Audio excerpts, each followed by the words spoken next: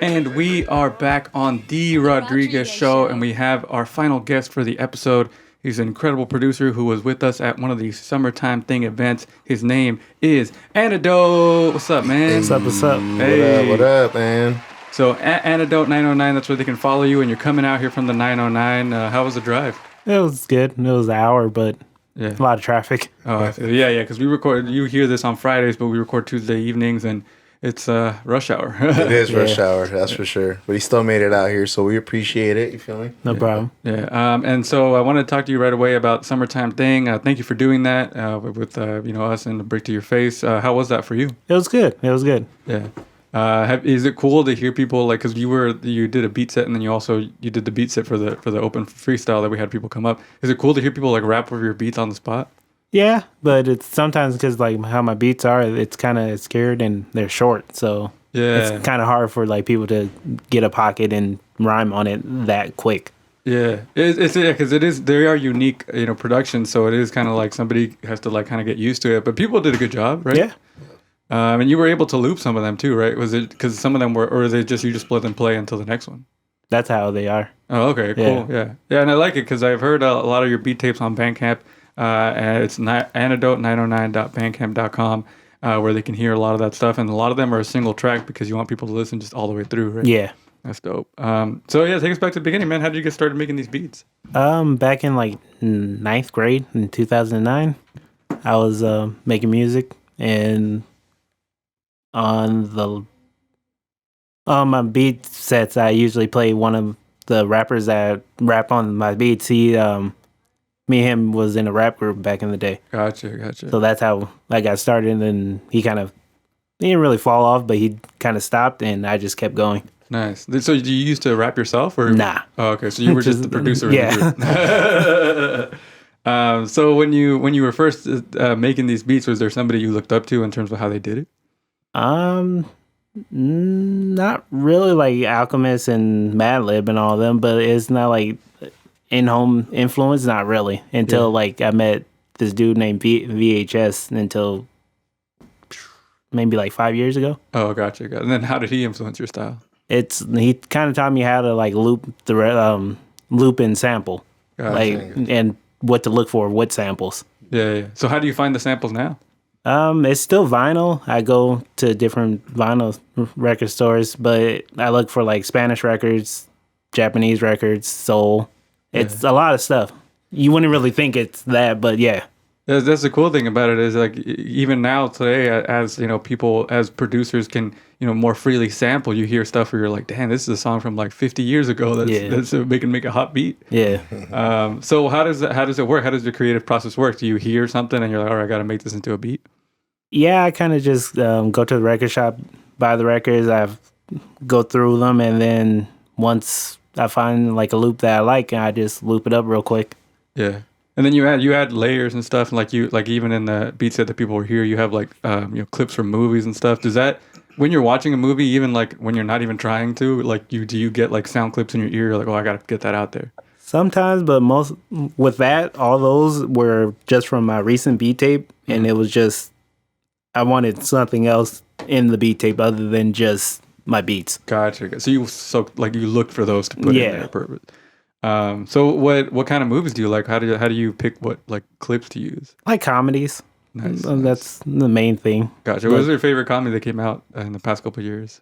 My favorite comedy movie is Clerks. Oh, nice. The Kevin Smith movie. Yeah. That's dope. That's one of my favorites too. That's when I started studying film. That was one of the ones where I was like, damn, if you could do it like that, I could do it too. Yeah. Like the whole black and white thing is just. Yeah, I like it. Such a cool aesthetic. Yeah. And the reason he did that was just so he wouldn't have to worry about the lighting and the color because he was so cheaply made. Yeah. Shout out to Kevin Smith, man. Did you like the sequels 2 or 3? Yeah. Yeah, they're all right. Yeah. I mean, they're not compared to the first one. No. So I saw like on the Bandcamp website that you have so many tapes that you've released, at least a few this year. How many beats would you say that you make in like a given month?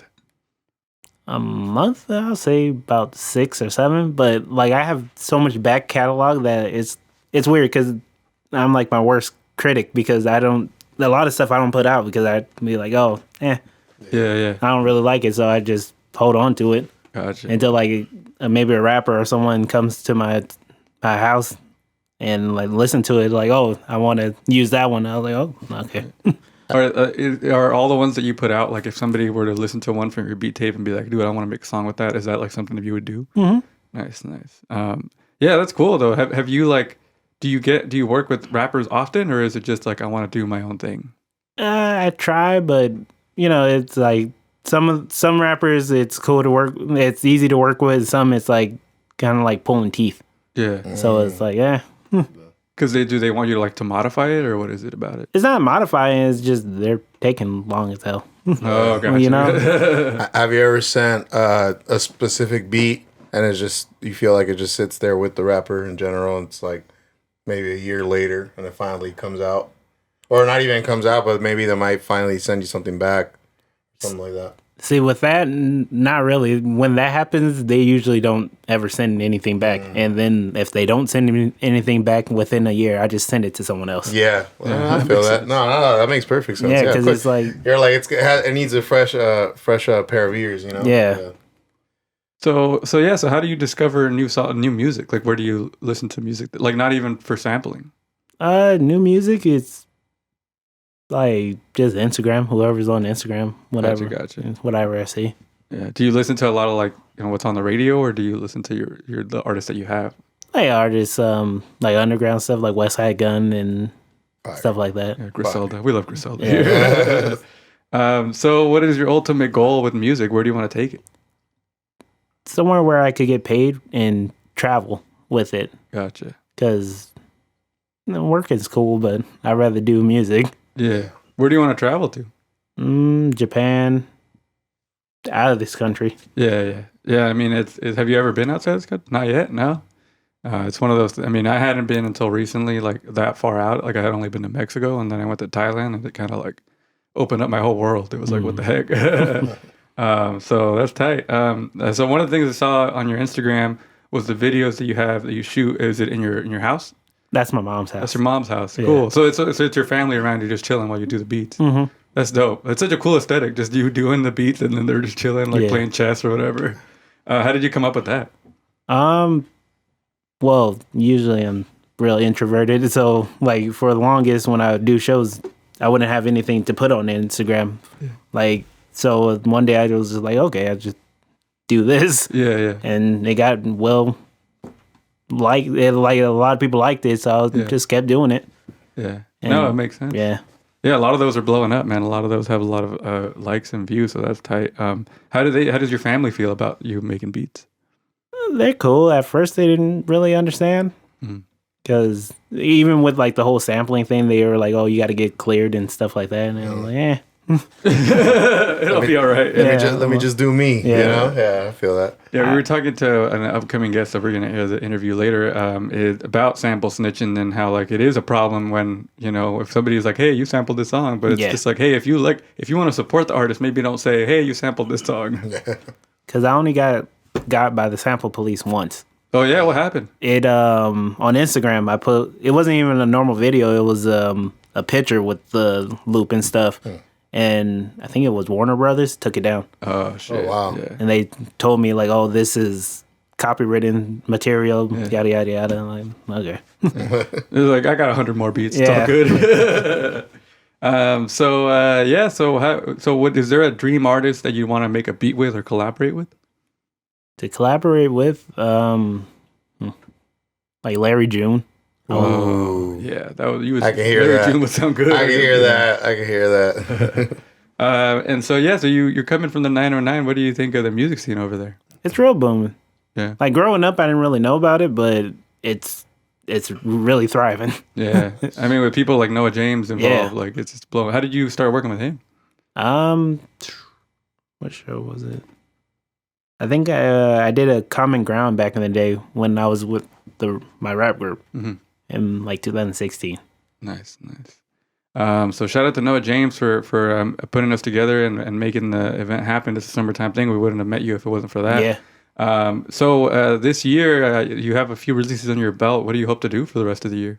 Keep releasing, just throwing stuff out there because it's not hard to release for me. Like Honestly, I just do it when I'm bored. Yeah.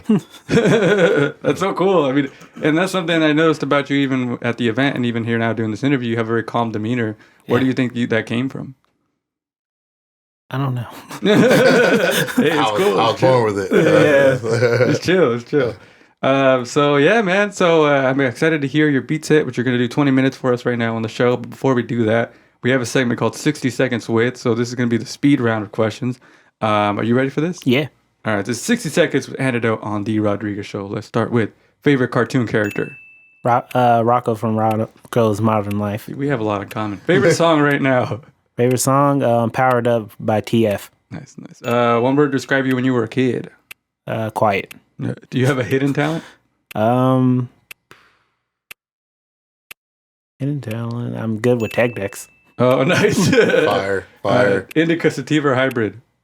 I don't smoke anymore, but I used to like sativa. Nice. Yeah, because I feel like indica you would just be too chill. Netflix, Hulu, or HBO? Hulu. Name of your best friend in high school. Ricky, the guy I was in the rap group with. Nice. First song you illegally downloaded. Uncommon Valor, RA, The Rugged Man, and Jedi Mind Tricks. And then favorite first CD you ever bought. Slim Shady LP. Nice. Rap and Drake or R&B Drake? Rap and Drake. And then lastly, your favorite thing about music. It's so vast. Yeah, it's true. And that was 60 Seconds with Antidote on the Rodriguez Show. Are you ready to do a beat set for us? Yeah.